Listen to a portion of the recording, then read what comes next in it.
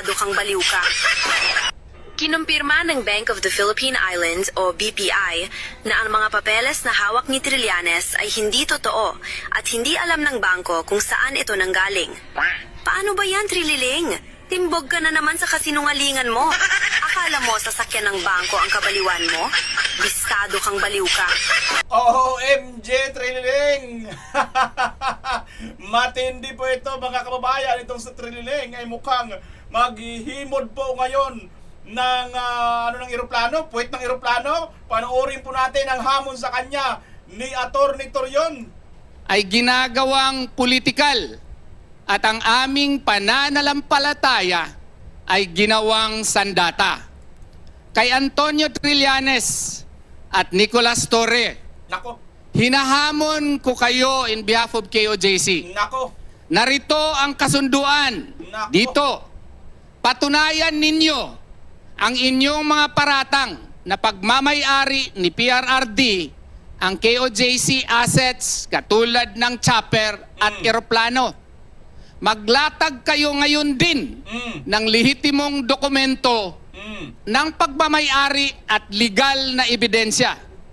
Kapag napatunayan ninyo sa inyo na ang mga ito, ngunit kung mabibigo kayo, gaya ng aming inaasahan, ano mangyayari, Atty.? magtungo kayo sa Davao City. Paktay. Linisin ninyo mismo ang eroplano at hangar Anong gamit? gamit ang inyong dila. Paktay kaniya, Trililing at Torre. Mukhang kailangan nyo maglinis ng hangar at mga eroplano dyan nga po sa Davao. Gamit lang ang inyong mga dila. Hindi na po ito himod puwet, himod dila. Mga kababayan, yan po ang ating pag-uusapan natin ngayon. At kumustahin natin ang tugon ni Marcos Jr. dito nga sa hamon sa kanya or utos sa kanya ng Korte Suprema na magpa-hair follicle drug test at magpalabas ng kanyang totoong kalagayan kung kumusta na ba ito si Marcos, nasa tamang kalagayan pa ba ito, nasa tamang kalusugan pa ba, sapagkat hindi natin malaman, mayat maya makikita natin mapayat, mayat maya mataba, mayat maya bilog ang mukha. Ano ba talaga ang buong katotohanan nito mga kababayan? At ito nga po, ang Korte Suprema ay nagsalita na, sino ba talaga itong si Marvic Leonin? Sino ba talagang nag-appoint sa kanya mga kababayan? Panoorin natin itong video na ito. Ano ho? Sino ba talagang nag-appoint dito sa mamang ito na napakahusay? I can be sure about the president that appointed me because the president knew that I was not Liberal Party. I did not campaign for him. In fact, nakilala niya ako noong ni-recruit ako ni Secretary Guingdeles. Your chief negotiator. Yes, that was the only time that he got to know me. So mga kababayan, ito pong si Justice Senior Associate Justice Marvic Leonin ay ang nag-recruit sa kanya ay si Jing Dilis ba yun? At ito nga po ay sa panahon pa ni Pinoy. So si Pinoy po, yan Jing Dilis, si Pinoy po ang naglagay sa kanya diyan sa posisyon na yan mga kababayan. Maliwanag po, hindi po yan dilawan. Pero ito lang po yung hindi po yan Duterte supporter. Ito lang po yung justice na talagang pantay po, parehas po. Bagay lahat naman po sila mga kababayan. Parehas naman po silang magtrato. At kahanga-hanga lang po ito dahil bagamat ito po ay dilawan, ay hindi po ito katulad ng ibang mga dilawan na kain suka at kain tae na katulad din ni Atty. Rowena Guanzon. Sila po yung mga dilawan na talagang hindi po sila kumain ng suka at tae. Hindi kamukha po nito mga kababayan na mapagbintang itong dalahira na itong si Trililing. Malapit na po yan mga kababayan, maghimod po ng puwet ng eroplano at gagamitin po niya ang kanyang dila din para linisin ang kalat na ginagawa niya dyan sa hangar ng Davao City. Grabe mga kababayan, yan po lahat ang ating pag-uusapan at mayroon pa po. Sinisigurado ko, panoorin nyo po ng buong bidyong ito sapagkat sinisigurado ko sa inyo, baka maiyak na naman po kayo. Mayroon pong achievement akong ipapalabas sa inyo na bukod tanging si Tatay Digong lang ang nakagawa mga kababayan. Baka hindi nyo pa po ito napapanood. Kaya panoorin nyo po ng buo ang bidyong ito sapagkat napakahalaga, napaka-importante po na mapanood po ninyo ito dahil wala pong nakagawa nitong mga presidente. Tatay Digong lang po mga kababayan. Grabe po pala ang nagawa ng isang Duterte nung kanyang mga kapanahunan.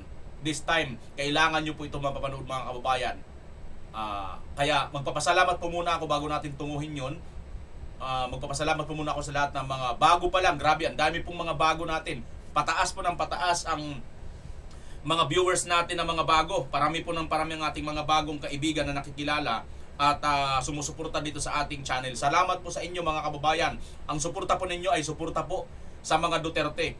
Dahil hindi naman po ako ang nakakagawa ng nagagawa ng mga Duterte. Kaya mga kababayan, good job po sa inyo. Dahil sa papamagitan ko, nakakasuporta po kayo sa mga Duterte na isa pong organic supporter, organic vlogger. Hindi po bayaran at kailanman hindi po tatanggap ng pera or galing sa mga politiko. Kaya proud po kayo maging organic supporter. Salamat sa inyo mga kababayan. Paki-like at paki-share nyo na rin. Paki-subscribe na rin. At mamaya sa mga gusto magpa-shoutout sa bandang dulo ng video ito. Let's go. Tunguhin na po natin. Ito po mga kababayan. Ito po. May bintang po kasi ito si Trillanes. Ayan po yung post natin na nauna na natin post noon. Sabi nga dito ni Trillanes, mga private jet at helicopter ni Kibuloy, si Duterte ang tunay na may-ari. Ayon ito kay Trillanes mga kababayan. Si Pastor Kibuloy na nananahimik na po na nakakulong na nga sa kanilang ginawang pambabraso, ay ganyan pa po ang ginawa nila. Pinagbibintangan pa po. At hindi lang yan, pati si Tatay Digong na may-ari, Napaka-nonsense, di ba mga kababayan? Wala siyang ebidensya. Sabi nga dito, nasaan ang documents at evidence? Sabi ni Chipucato. Wala pong evidence, wala pong dokumento. Basta lang po ito magkakalat ng tae, itong si Animal na Trililing na ito mga kababayan. So ngayon, ito, may matindi pong hamon na ginawa dito si Atty. Torion. Pero bago po yung hamon na yan, ito po muna. Ito po mismong BPI ay naglabas na po ng ganito mga kababayan, dito sa kalokohan ni Trillanes. Check lang po natin mga kababayan kasi pinapack-check po natin ito. Ito na po, post na po ito ng Dare to Us. Ito pong Dare to Us na to ay 254,000 followers, At tiningnan ko po itong kanilang mga post. Ito po, nakikita nyo, di ba? Tingnan ko na lang ito para hindi po tayo mapunta sa fake news para ma-validate natin. Sino-sino ba itong mga, ano ba itong mga picture na nandito? Yun, tingnan po natin. Nakikita ko mukhang logo to ng Rappler. Di sige, sa Rappler tayo. Ayan, Rappler po yan mga kababayan. Ano sabi dito? The Camp of Liberal Party, LP Standard Bearer Manuel Ruas II showed a photo of a bank receipt from BPI exposing the account Duterte and his daughter Sara. A bank receipt from PDI also showed the same result. Anong sabi ba dito result? Before leaving the teller's counter, please verify that the correctness of the name, account number, reference number, amount, and other deposit payment details on the teller's validation below based on your input in our customer transaction assistant. Thank you for banking with us. Ano ito? Tellers. Ano yan? Hindi ko masyado maintindihan. Ano bang ano yan? Machine. Ano ito? Ano to? Ayan na. Basta sa ano yan? Sa Rappler yan mga kababayan. The deposit slip shown, Maruas, or the inquirer is not a unique thing. All banks will show the name of the depositor on the deposit slip.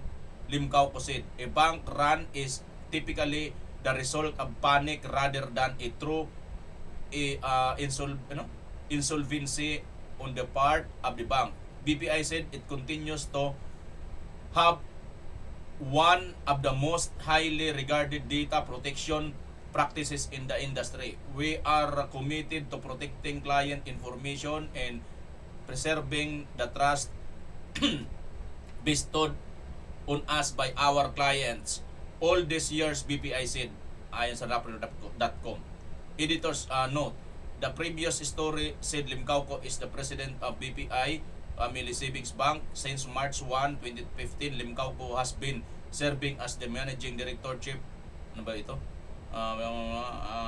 Ayala Corporation. Ano ba ito? Hindi ko masyado mag-gets, no? Pero ito po yun, mga kababayan, ha? Ito po yun. We are not safe netizen treating to close bank accounts for Duterte. Ayan, Manila amid call for bank run.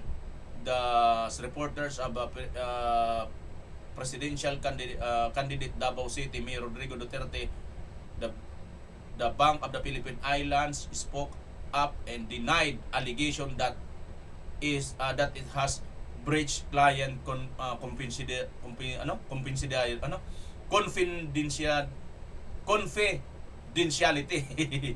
Our internal investigation reveals that there has been no such breach, BPI said. Ayan, ano ba ito? Dito mga kababayan. There was, after Vice Presidential candidate Senator Antonio Trillanes IV showed a table within the supposed credit transaction of Duterte with BPI involving about 211 million.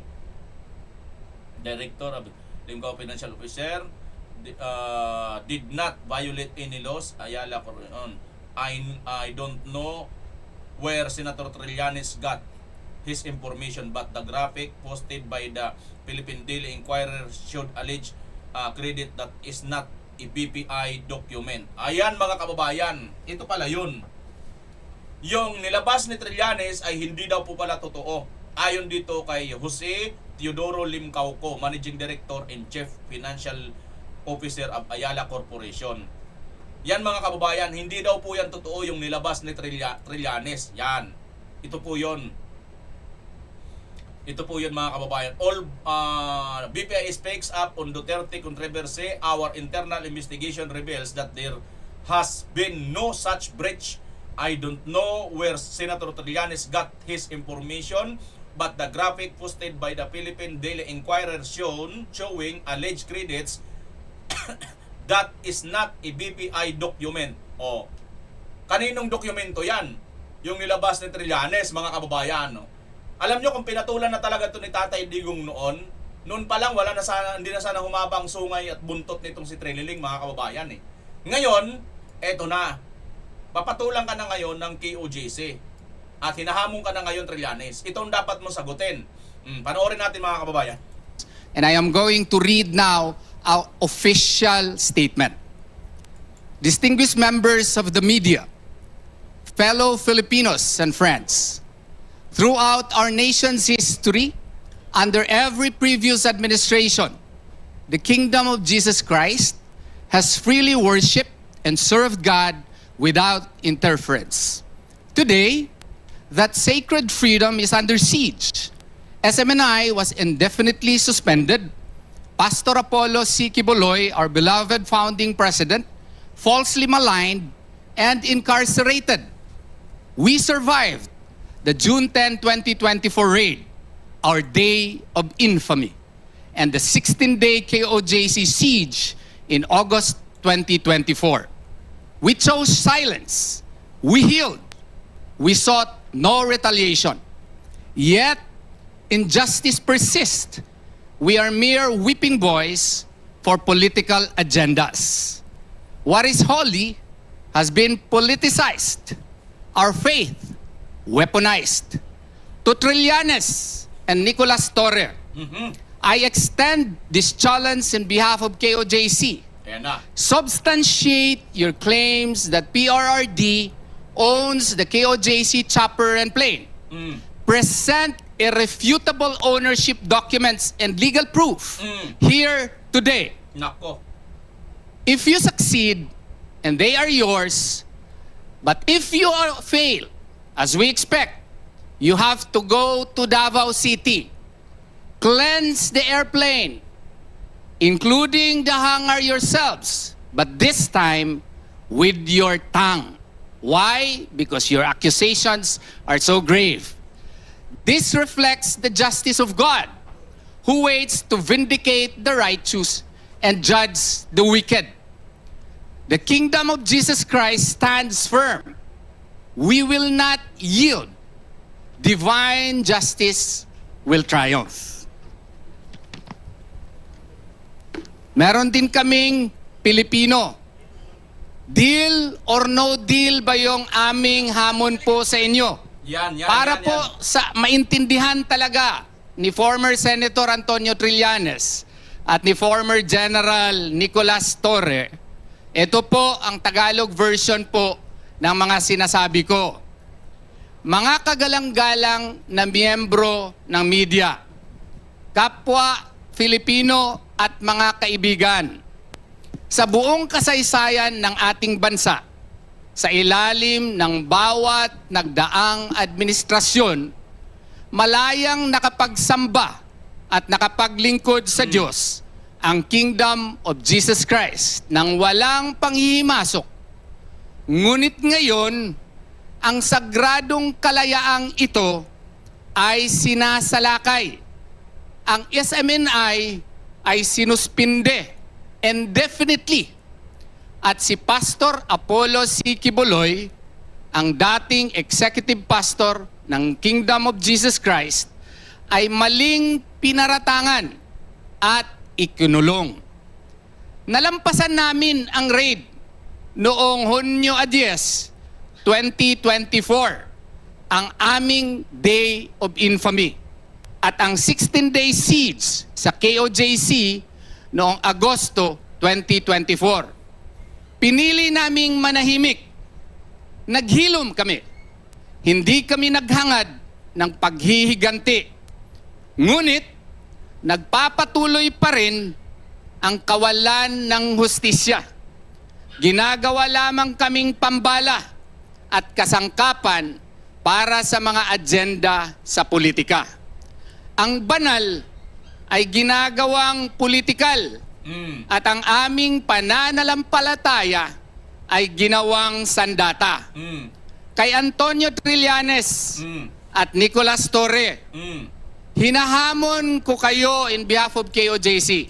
Ito talaga mga kababayan, kasi kahit man magkaiba-iba ang ating mga relihiyon, hindi man tayo member ng KOJC, pero mayroon po tayong batas dito sa Pilipinas, mayroon pong separation ng state in church, di ba?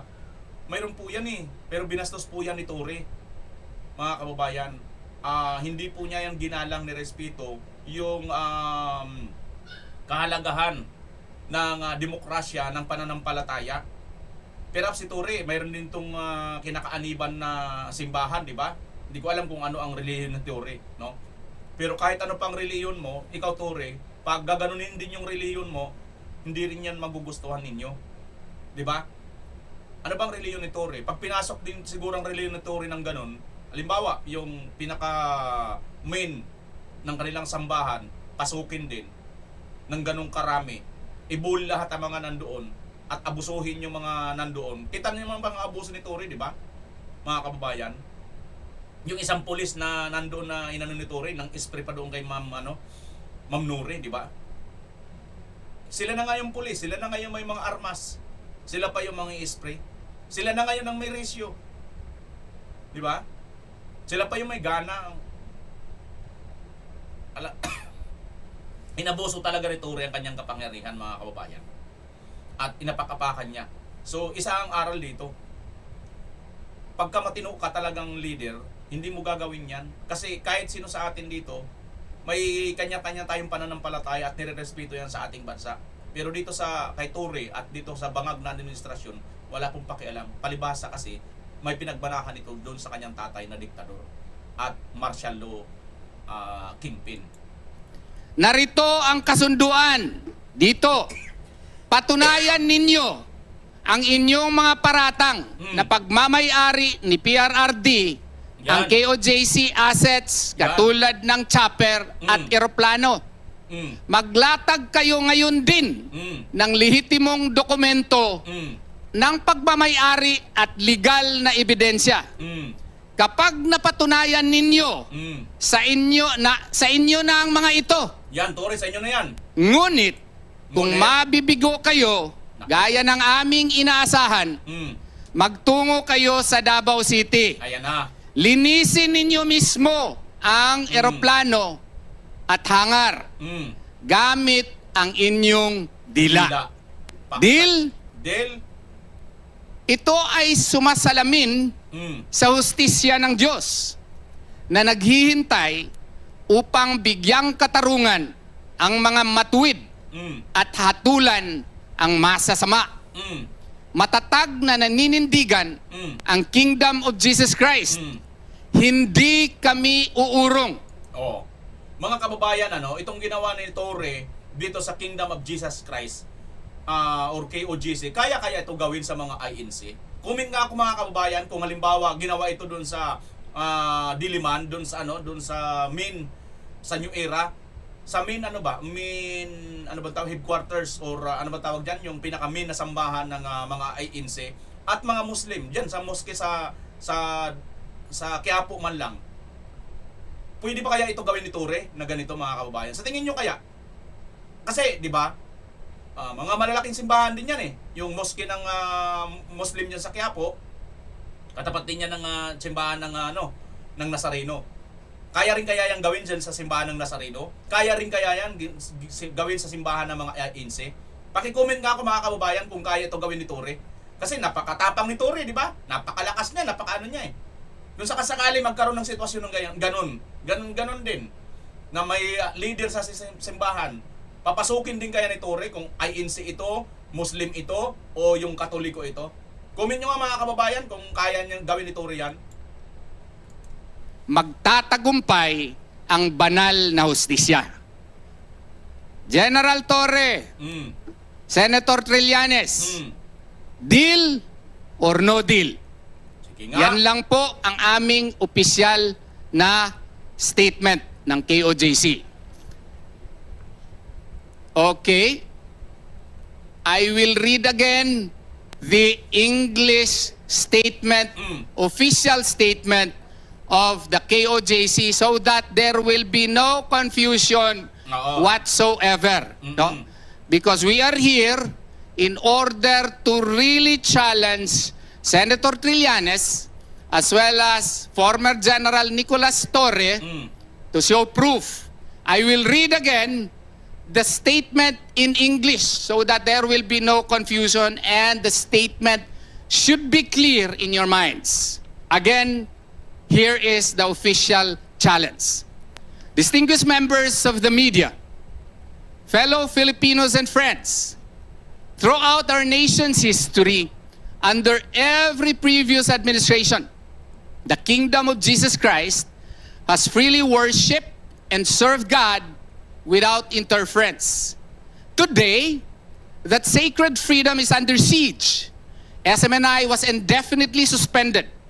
Pastor Apollo Siquiboloy, our beloved founding president, falsely maligned and incarcerated. We survived the June 10, 2024 raid, our day of infamy, and the 16-day KOJC siege in August 2024. We chose silence. We healed. We sought no retaliation. Yet, injustice persists. We are mere whipping boys for political agendas. What is holy has been politicized. Our faith, weaponized. To Trillanes and Nicolas Torre, I extend this challenge. This is the deal. Substantiate your claims that PRRD owns the KOJC chopper and plane. Present irrefutable ownership documents and legal proof here today. Correct. If you succeed, they are yours. Yun. But if you fail, as we expect, you have to go to Davao City. Cleanse the airplane hangar yourselves with your tongue. Deal? Deal. This reflects the justice of God who waits to vindicate the righteous and judge the wicked. The kingdom of Jesus Christ stands firm. We will not yield. Divine justice will triumph. That is the official statement of KOJC in English. Ang ganda nitong official statement ng KOJC mga kababayan at ang ganda rin po nitong hamon na ito.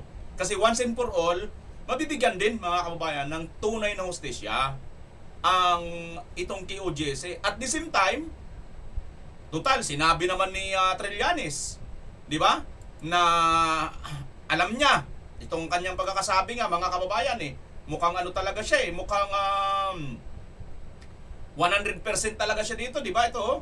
Mga private jet at helicopter ni Kibuloy. Si Duterte ang tunay na may-ari. O, tunay pala na may-ari. Alam na alam mo. So, kung alam na alam mo, ilabas mo na ang katunayan mo, ang ebidensya mo dyan, Trillanes. Di ba? Kasi pag wala kang mailabas na ebidensya dyan, Trillanes, abay, ano yan? Ano ang tawag mo dyan? Para ka lang ano nito. Ayan o, mga kababayan, sabi niya rito, private jet helicopter ni Pastor Kibuloy, Duterte ang tunay na may-ari. Talagang ano siya, no? Talagang alam na alam niya. So ngayon, kung totoo yan, total, tunay, sinabi mo, di ba? Ilabas mo ang katunayan mo. At hinahamon ka na nga ng QOJC. Ang hamon sa'yo ng QOJC, kayo, dalawa ni Torre, naniniwala kayo, di ba? Ilabas ninyo ang ebidensya ninyo. Kasi pag hindi nyo na ilabas, maliit lang naman ang parusa eh. Maliit lang naman eh. Kailangan nyo lang himurin gamit ang inyong dila, linisin ang hangar at ang mga eroplano, ang puwit ng eroplano. Oh. Malinis-linis naman yan kaysa naman sa puwit siguro ni Bangag, di ba? Di ba si Bangag, sabi nga na gano'n, it's too big! Ay, napakalaki. Hindi kaya. Ayaw, call!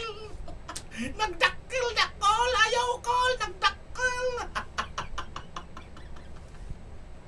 So, si it's too big, hindi naman yun. Ambot sa mong lubot, kagwang!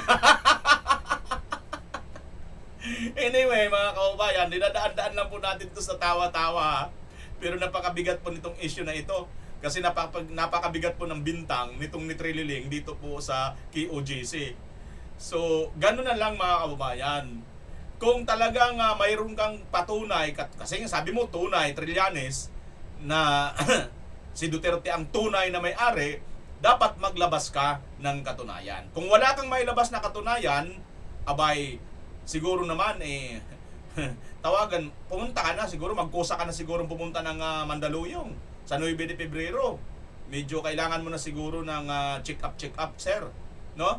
Kasi kung hindi ka magpapa-check up, baka patuloy ka pa magkakalat ng maling impormasyon. Ano ho?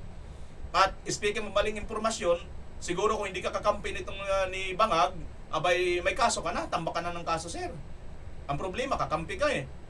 Kaya ngayon, hindi ka nakakasuhan. Pero magantay ka, sir, malapit-lapit na. 2 taon na lang yun, sir, si BP Inday. Makikita mo rin ang hinahanap mo, sir, pagdating ni BP Inday, ha? Huwag ka mag-alala, sir. No. BP Inday na lang tayo magkita-kita. Ay, ano? Ito pa nga, isang judge, retired judge, inalok ang libreng serbisyo niya kay Sammy Oy para kasuhan si Antonio Trillanes. Paktay ka diha, sir. Malapit-lapit na, ayan, isang retired judge nag-alok na ng serbisyo para kasuhan si Trillanes. So, intay-antay ka na lang, ha, kasi yung impeachment kay BP Inday, wala, hindi yun obra, no? Hindi yun obra. Kaya napakaganda po nitong ginawa nitong QOJC na hamunin itong Trillanes. Ikaw, Trillanes, kung totoo ka talagang may bayag, at totoo ka talagang matapang, at totoo ka talagang mayroong hawak na ebidensya, simple lang ito. Ayaw mo pa noon? Mapapasayo na lahat yan? Kasi mayroong kang hawak na ebidensya eh. Naniniwala ka na kay Duterte talaga ito. So ang hamon ng QOJC, pag napatunayan mo, mayroong kang mailabas na ebidensya, may dokumento ka na kay Duterte talaga ito, sayo na yan. Diba? Bigla kang milyonaryo. Biruin mo, bigla kang magiging katulad ni sino ba yung may mga may-ari ng mga eroplano? Oh, sino ba may-ari ng Philippine Airlines? Oh, magkakaroon ka ng ganun, di ba? Mayaman ka na. Makakapantay mo na yung mga oligarch. Kasi may mga eroplano ka na. O sige, sa'yo na yan, Trillanes. Labas mo yung katunayan mo para mapupunta yan sa'yo. Pero, pag hindi mo yan napatunayan, wala kang nailabas na ebidensya, pumunta ka ng Davao. Himurin mo, linisin mo ang puwit ng eroplano. Hindi mo na kailangan himurin at linisin ang puwit ni Bangag. It's too big. Eroplano na lang. Pag hindi ka nakapaglabas ng ebidensya. Pero kung lahat ng ito, babaliwalain mo lang, hindi mo kakagatin, malapit-lapit na Trillanes. Huwag ka mag-alala. Huwag ka mag-alala. Mag-double time man kayo, mag-double time. Darating at aabutan din kayo ni BP Inday Sara. Huwag kayo mag-alala. Malapit-lapit na yan. Kasi sabi ni BP Inday Sara, ang kanyang kinukumbinsi na mag-vice president ay ano mga kababayan, ay pufokus, tatrabahuin lahat ang mga kurap at magnanakaw. At lalo na yung mga tumanggap ng malita. Ay, sino-sino kaya ang mga tumanggap ng malita ayon doon? Ayon doon sa mga dating Marines. Okay? So, wait lang tayo mga kababayan, ha?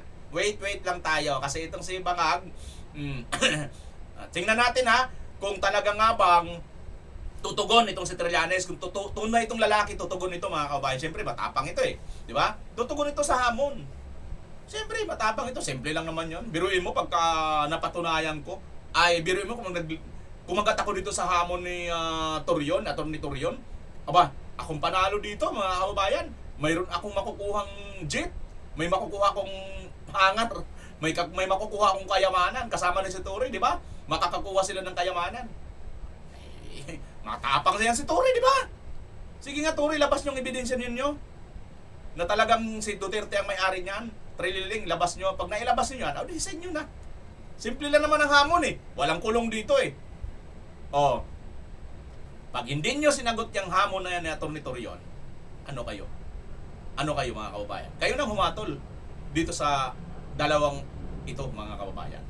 Ano ba ang dapat sa kanila? Pag hindi nila inaccept itong challenge ni Atty. Torion. Deal or no deal? Himod puwet or himod tubig? It's too big. Ayaw cool. Nagdakol na cool. Di ko cool. Nagdakol na unay cool. Ay nako. Ito na mga kababayan. Asa na ba yun? Ito. Di ba nung April 22 mga kababayan, si Marcos Jr. ay pinagkukuminto na ang Malacanang sa petisyon, no? Inatasan ng Korte Suprema, court in bank ang kampo ng Pangulo na magsumiti ng kanilang komento kaugnay ng isang petisyon na humihiling ng writ of mandamus laban sa kanya. Ang kaso na may docket JR number E-05860 ay inihain ni na Pantaleon D. Alvarez at iba pang petitioners laban kay Pangulong Ferdinand Marcos Jr. at kay Ralph Recto, si Batman sa kanyang kapasidad acting executive secretary. Sa naturang petisyon, hinihiling ng mga petitioner na obligahin ng Pangulo na sumailalim sa physical at mental examination kabilang na ang hair follicle drug test. O, yun pala eh. So, sumagot na ba sila dito mga kababayan? Sumagot na ba sila rito? Oh, sumagot na ba? Ilang araw na? Ilang araw na? Pitsados na ngayon eh. 22 ito, parang mahigit na 10 eh. Tanong nga tayo kay ChatGPT mga kababayan kung mayroon na ba? Mayroon na ba kayo nabalita ang sagot na rito? Naglabas na ba si Marcos Jr. ng hair follicle drug test? Nag-jumping jack na ba siya? Naglabas na ba siya ng resulta ng kanyang ano? Kasi bukas payat, bukas mataba, bukas bilog mukha, bukas matangkad, bukas pandak. Ano ba talaga? Bukas ngingiwi-ngiwi, bukas hindi ngiwi-ngiwi. Di ba? Bukas wala na. Straight na magsalita. Kaya dapat ilabas mo talaga mental, physical, at syempre pa ang hair follicle drug test. Sana live, no? O ito mga kababayan, nagtanong ako kay ChatGPT kung mayroon na ba. Sa ganyang mga utos ng Korte Suprema ng Pilipinas, lalo na ang imbank, karaniwan silang nagbibigay ng non-extendable period na 10 araw. So 10 araw daw ito mga kababayan. So kailan ito possible? Kung natanggap nila ang order around late April, halimbawa April 20 to 24, posibleng due time ng kuminto ay bandang early ng May 2026, mga unang linggo ng Mayo. So ngayon, unang linggo ngayon, di ba? Unang linggo. Tama, unang linggo na ngayon. Ay, hindi pa. Unang linggo na ngayon ng Mayo eh. Tama ba? Sabado, Tiyados, Mayo na eh. Kapon, Mayo 1. Tama, Biyernes ang unang linggo. Biyernes. Holiday. Kasi una yun eh. Mayo 1 nga eh. So yun ang unang linggo. So holiday, so wala pa siguro. Holiday ba ngayon? Considered ba ngayon ng holiday? Wala. Siguro sa Monday. No? Ano bang Monday? 2, 3, 4. O May 4 mga kababayan, asahan na natin siguro. Kung itong pagbabasihan. So abangan natin sa May 4 kung sasagot pa si Marcos, kung meron ba siyang hair follicle drug test. Sana live, no, mga kababayan. Oh. Anyway, punta na po tayo sa mga nagawa ni Tatay Digong. Dito nyo lang po ito mapapanood mga kababayan sa ating channel. Ano ba ang mga nagawa ni Tatay Digong? Ito po, napaka-importante po nito mga nagawa ni Tatay Digong. Panoorin nyo po mga kababayan. Dumating si Pangulo Duterte, I will never forget, sabi niya, kayong nagtatanim ng bala dyan sa airport, kilala ko na kayo. I did a little homework, research, I know who you are. Pag hindi ninyo tinigil yan, uhulihin ko kayo, ipakakain ko sa inyo yung mga balang tinatanim nyo sa mga maleta ng mga Pilipino bumabiyahe. One word from the President na wala ang tanim bala. Meron pa ba ang nagtatanim ng bala sa airport? Meron pa ba? Di ba proof yan of effective leadership? Yun ang hinahanap natin sa taong bayan. Demand for effective government. Demand for the President to act. And I urge President Bongbong, do something about restoring the credibility of government. Yan mga kababayan. Si Marcos Jr. ba may nagawang ganyan? Wala. Diba? Pag sinabi ni Tatay Digong, isang salita lang niya, tapos tigil lahat. Yan nga yung laglag bala, tanim bala dyan sa airport. Hindi nga, ang nangyari nga dyan sa airport ng itong mga kababayan, nang si Marcos na kinakain na yung pera. Na mga inayupak na mga immigration officer dyan, no? Kinakain na yung pera, gago talaga mga magnanakaw ng pumalit eh. Paano kasi magnanakaw yung presidente, kaya magnanakaw din yung pumalit eh. Ay nako mga kapalo na leader ang nangyari, di ba? So yan, hindi pa yan, wait lang, mayroon pa. Ito, kailangan nyo siguro ito i-screen record at panoorin natin ng buo. Ay, nasa na yun? Wala, bigla mga kababayan. Eto na lang. Ito na siya. Teka lang ha mga kababayan. Baka nandito yan, baka wait lang, hanapin ko lang ha. Na-share ko yata yan eh. Na-share ko yata. Na-share ko ba sana? Na-share ko. Na-share. Ay, hindi ko na-share. Hindi ko na-share pala yun mga kababayan ha. Pero ito yun. Ito yung gusto kong ipakita sa inyo, no? Ito. Panoorin nyo na lang. At alalahanin natin kung gaano ang nagawang kagandahan o napakagandang nagawa ni Tatay Digong na hindi po nagawa ng mga presidenteng nauna sa kanya. Panoorin niyo po ito. 1989, Davao Metro Discom Hostage Crisis. Isang kaganapang gumimbal at tumatak na sa kasaysayan ng Pilipinas. Ito ay nung bihagi ng mga preso ang 15 miyembro ng protestanteng grupo na tinatawag na Joyful Assembly of God sa loob mismo ng Davao Metro Discom na sa mga panahong iyon ay nagsasagawa lamang ang naturang grupo ng isang prayer service para sa mga bilanggo. Grabe mga kababayan, yung grupo ay nagsasagawa pala ng prayer service o ibig sabihin nananalangin sa loob, mga misyonaryo po ito. O, hindi man natin to karelihiyon, pero sa batas kasi sa ating bansa, mayroon pong tinatawag na separation ng church and state, di ba? Nirerespeto po natin ang anuman at kahit sino pang pananampalataya. Pero ano po ang ginawa dito mga kababayan, nitong mga taong ito, sa mga tao na nagmamalasakit lang sa kaluluwa ng mga taong nasa bilangguan. Now, ano naman ang naging partisipasyon ni Tatay Digong dito? At sino si Tatay Digong nitong mga panahon na ito? Panoorin natin ang buong video ito. Napakaganda po nitong i-share natin mga kababayan. At napakaganda po na maipakita natin sa buong mundo na mayroon po tayong Tatay Digong na treasure ng Pilipinas, ngunit pinapahirapan ngayon ng ICC at ni Bangag Marcos Jr. Ang hostage crisis na ito ay isa sa pinakamadugong hostage drama sa kasaysayan ng Pilipinas. Tinatayang nasa 21 individual ang namatay at nalagas. Ito pa ay nangyari sa ilalim ng pamumuno ng nooy kakahalalang na alkalde ng Davao na si Rodrigo Duterte. Ang mapangahas na pang-hostage na ito ay Kakahalal lang ni Tatay Digong pala. Bagong mayor pa lang si Tatay Digong dito. Panoorin natin mga kababayan. Kinikilabutan ako dito sa video ito. Namunuan ni Felipe Pugoy at ang kanyang notorious na gang na binansagang Wild Boys of Dapicol. Kasama din niya rito ang isang dating sarhento ng Philippine Air Force na si Muhammad Nazir Samparani na na-dismiss sa tungkulin dahil din sa kinasangkutang hostage crisis taong 1976. Ang naturang pambibihag ay humantong sa kabrutalan at kababuyan matapos walang awang ginalaw ng mga tukmol na ito ang mga kababaihang bihag kung saan dinig sa mismong labas ang pagmamakaawa at sigawan ng mga biktima sa tuwing sila'y gagalawin. Una nilang nilapastangan ang 36 years old na si Jacqueline Hamel na ginawang laruan ng mga preso at tinapos sa paglaslas ng patalim sa leeg nito. Ang kaganapang ito ay agad na sumubok sa bagsik ng The Punisher na si Digong ukol sa banta ng seguridad sa syudad ng Davao. Sa kagustuhang lutasin ito ni Digong ay humantong din sa pagiging bihag nito at napasakamay siya ng mga notorious na kriminal. Halina't ating balikan at alamin kung gaano ito kabrutal at paano humantong ang hostage crisis na ito sa pinakamadugong katapusan na ikinasawi ng 21 na katao sa ating komprehensibong dokumentaryo sa pagpapatuloy ng ating istorya. Inyo lahat, papasok ako hostage.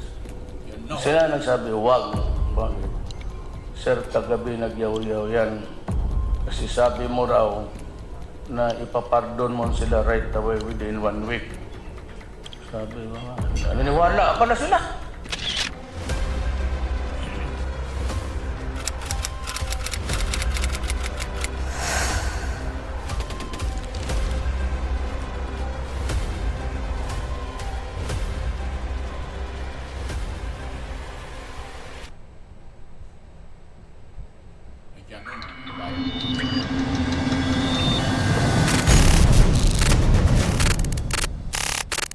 Ating munang balikan ang kaganapan sa Davao Penal Colony. 4 na buwan ang nakaraan bago nangyari ang naturang Ganda nitong story na ito mga kababayan. Tungkol ito po sa nangyari dyan, gaano kabrutal ang ginawang pangbababoy ng mga Davao inmates sa mga Australianang missionaries. Nakakakilabot po ito mga kababayan. Gaano po ba kabrutal ang pangbababoy na ginawa sa mga Australian missionaries nito pong mga nakabilanggo. Sa panahon ito kung saan si Tatay Digong ay kakaupo lang bilang mayor ng Davao City. madugong hostage crisis. April 2, 1989, sa kasagsagan ng unang termino ng nooy Davao City Mayor Rodrigo Duterte, nangyari ang isang jailbreak sa Davao Penal Colony na binubuo ng 15 preso na pinangungunahan ni Felipe Pugoy at ng mga kasamahan niyang membro ng Wild Boys Gang ng Davao Penal Colony or Dapicol. Sa naturang hostage crisis ay kaagad nakalabas ang mga preso matapos magbanta sa mga gwardyang nakabantay sa gate na totodasin nila ang mga bihag kung saan bawat isa sa mga preso ay may bitbit na mga hostage civilians matapos ang naturang jailbreak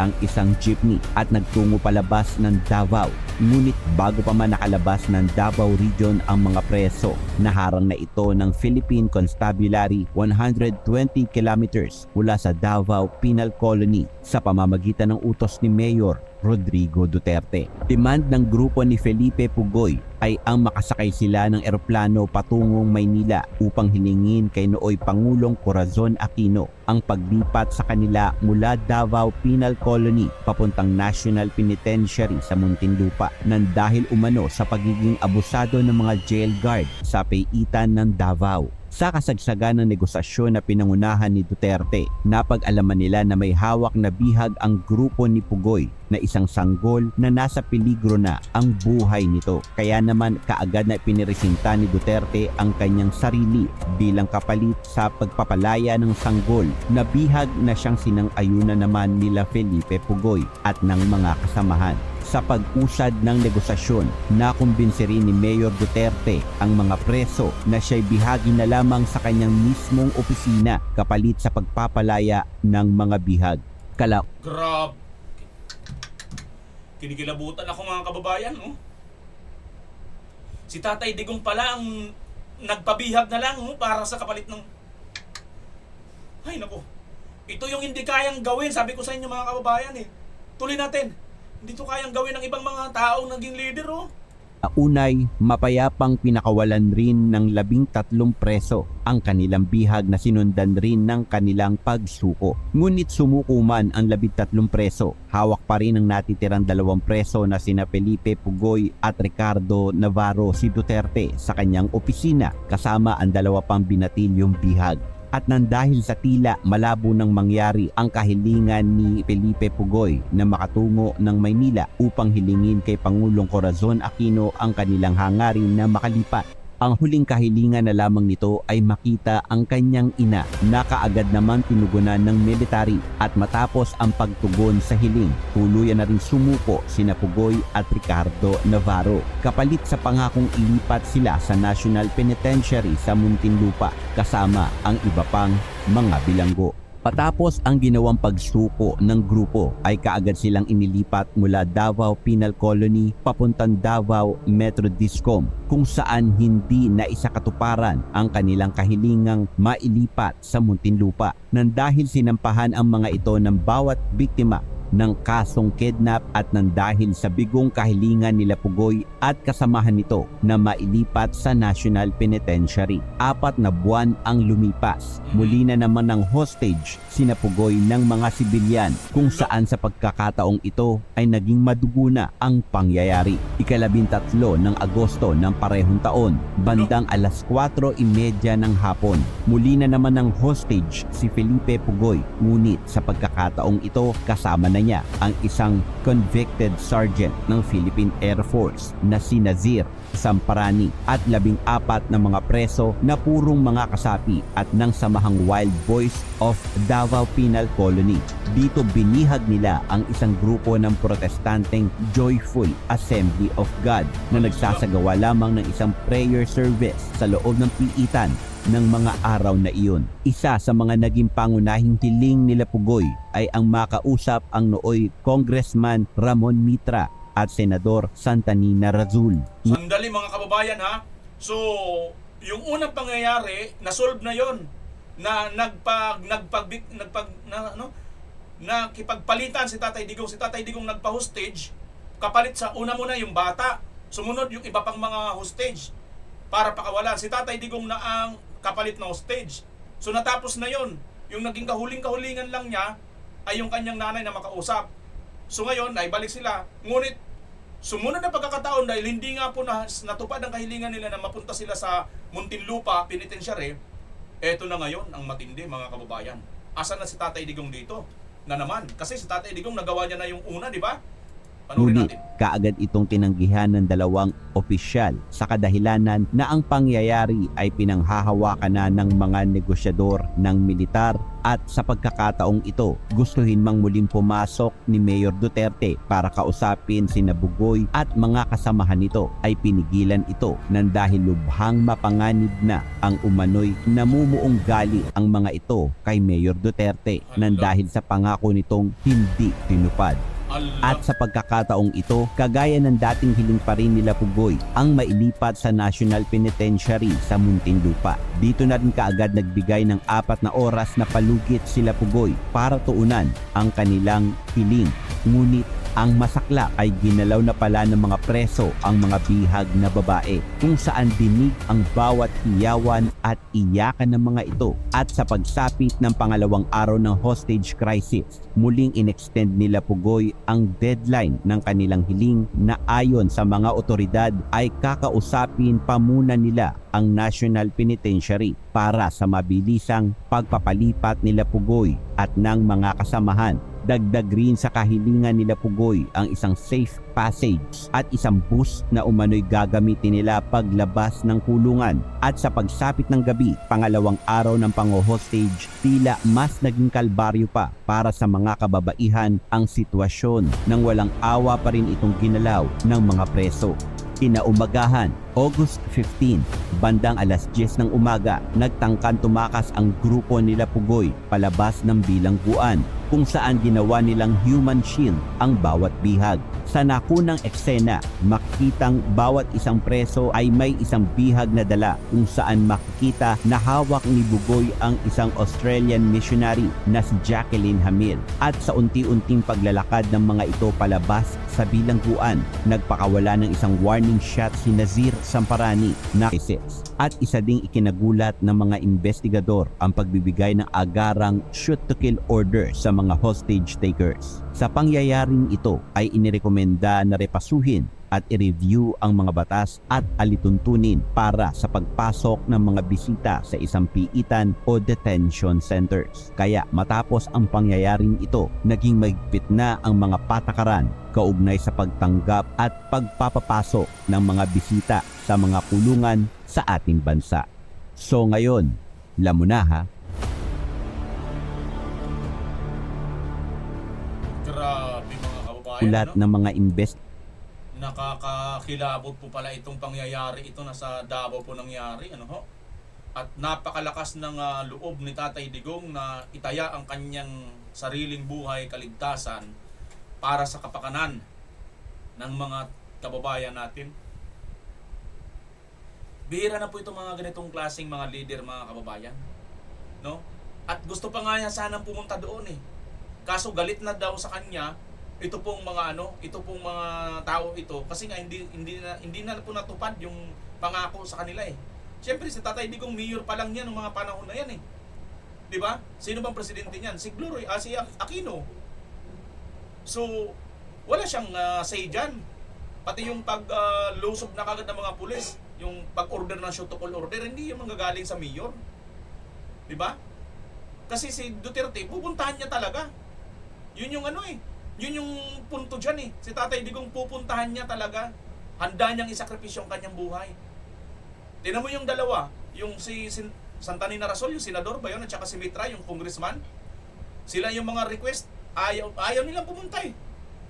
Kasi takot sila, di ba mga kababayan? Pero si Tatay Digong, gusto niyang pumunta kahit alam niya malaking galit sa kanya ng mga ito. Kita niyo yan, napakatapang po ng Tatay Digong na to. Hindi po basta tapang yan. Malasakit yan. Kung pinayagan si Tatay Digong, baka hindi siguro magagahasa yung mga ano na to, yung mga tao nun, yung mga hostages na mga Australian yun. Baka napakawalan ito. Ang problema, hindi natin alam kung buhay pa rin si Tatay Digong. At mayroon pa rin tayong naging Presidenteng Duterte. Di ba? Di ba mga kababayan? Kasi sa ginawa nila, patay lahat. Pati mga hostages. Eh. Patay lahat. Ang mga biktima. Nirat-rat na lang eh. Di ba? Kaya siguro, niloob ng Diyos talaga. No? Na hindi na rin payagan si Tatay Digong na mapunta doon. Kasi si Tatay Digong, interesado talaga siya. No? Gusto niya talagang pumunta eh. Kaso nga, dahil sa alam na po ng lahat na galit po itong mga hostage taker kasi hindi po natupad ang kanilang hiling noon,